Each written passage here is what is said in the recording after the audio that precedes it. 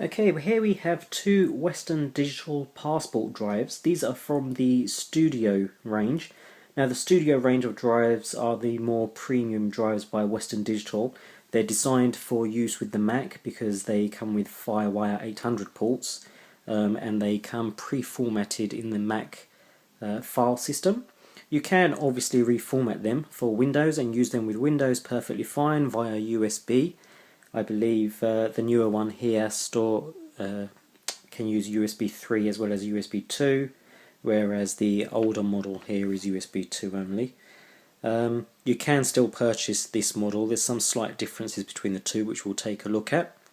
So to date, this is the model I've usually stuck with, and I've just purchased a 1TB model here, which is their newer version, and we'll have a quick look at the difference.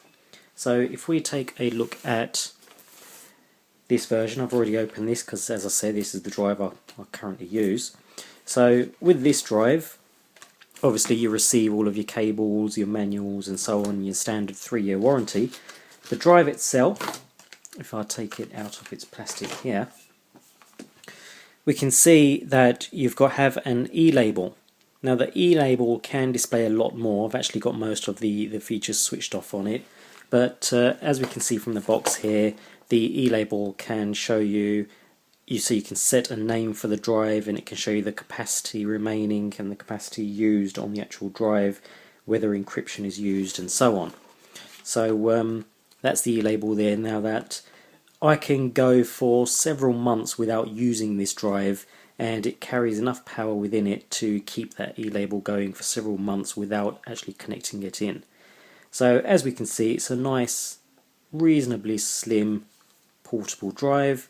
Comes with the FireWire 800 port and a mini USB at the bottom there to connect via either to your Mac or Windows.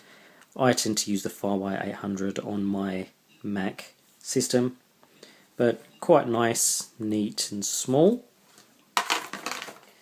So if we take a look, I believe this is the newer version now, so this is the 1TB model. So if I quickly open this up,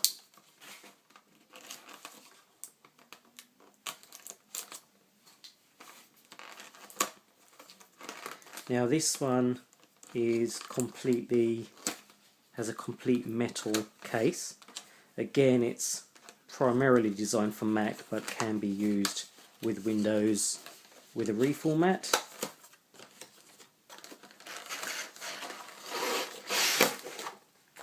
There's nothing else in the box there. You have all your cables and stuff in the side. I won't bother going into that. That's your standard USB and your standard FireWire cables, and I'm sure you've seen what they look like,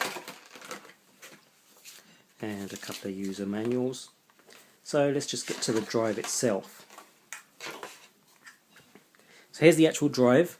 It's straight away noticeably heavier than the previous model because it's an all metal case, so it's bound to be slightly heavier. Around the same size. There's not much difference in the size at all. Thickness is slightly thicker, so this has got the illusion of being looking slightly thinner because it's a rounded body, but we can see it's only just slightly thicker and quite bare, nothing else on the drive except for the ports at the top. So hopefully you could see that there's two. So there's your USB port. There's a small light in there, small operation light just there. It's USB, and we've got two FireWire ports. Now the reason why we've got two FireWire ports is you can daisy chain one drive to the other. So for example, if I grab a FireWire cable here, so we connect one drive to the other. There we go. So we've got one drive connected to the other, and then we use a FireWire into here. Get it the right way up. I was right the first time. There we go. And we would use this FireWire cable here straight into your Mac, Windows, laptop, desktop, whichever device you have, and that will enable you to access not just the new drive but also a daisy chained drive as well. Now if you have several of these, obviously you can daisy chain several drives and access them all together. So that was my main reason for purchasing this newer drive, the ability to daisy chain, and obviously it comes in a larger 1TB. This one I believe comes in a 500 gig and a 1TB size, whereas this one comes in, I believe, a 320, a 500, and the biggest you can get this in is a 640. This is a 640 drive I have here.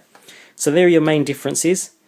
Highly recommend these Western Digital My Passport Studio drives. Don't need no external power, obviously take all their power either via USB or Firewire.